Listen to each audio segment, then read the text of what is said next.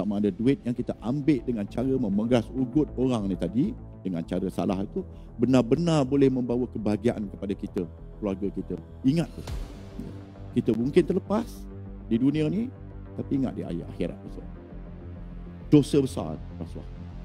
Penguat kuasa undang-undang terbabit rasuah ibarat parasit yang bukan sahaja merompak hasil kerajaan, bahkan merosakkan imej jabatan dan negara. Saban tahun, bukan sedikit yang ditahan dan didakwa atas kesalahan itu yang mencalar integriti peribadi dan pasukan, selain merosakkan sistem perundangan negara. Pada 11 Ogos lalu, seorang anggota polis dipenjara sehari dan denda RM10,000 oleh Mahkamah Session Alor Star atas pertuduhan menerima suapan RM500 kira-kira 7 tahun lalu. Korporal Muhammad Syukri A. Wahab, 53 tahun, dijatuhi hukuman itu selepas mengaku bersalah atas pertuduhan yang dibacakan di hadapan Hakim Harmi Tamri Muhammad Syaharudin. RM500 itu sebagai dorongan melepaskan kenderaan yang membawa minyak petrol dan diesel bersubsidi secara haram dari Malaysia ke Thailand. Juga di Alor Star, dua anggota polis mengaku tidak bersalah di Mahkamah Session pada Isnin terhadap pertuduhan meminta dan menerima rasuah daripada seorang pengedar air ketum pada tahun 2018.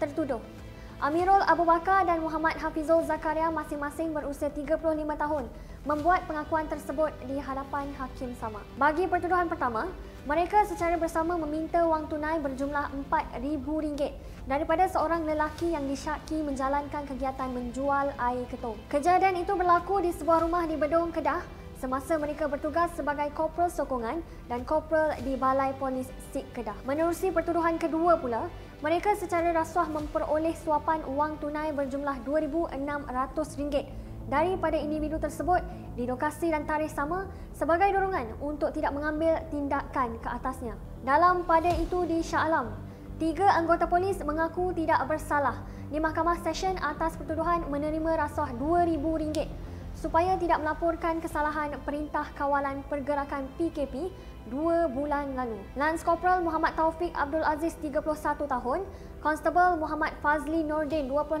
tahun dan Konstebel Syahrul Nurhan Sirhan, 26 tahun membuat pengakuan itu selepas pertuduhan dibacakan di hadapan Hakim Muhammad Anas Mahadzin. Mengikut kertas pertuduhan, mereka didakwa dengan niat bersama memperoleh suapan RM2,000 daripada seorang lelaki berusia 37 tahun. Duit dorongan itu supaya tidak melaporkan kesalahan yang dilakukan, iaitu menjalankan aktiviti tidak dibenarkan sepanjang PKP di Lorong Haji Mughni, Kampung Jalan Kebun di sini pada 25 Jun lalu. Ayuh bersama Rasuah Busters memutuskan rantaian rasuah dan salah guna kuasa yang umpama sudah menjadi budaya dalam agensi penguatkuasaan undang-undang. Dari rakyat, demi rakyat.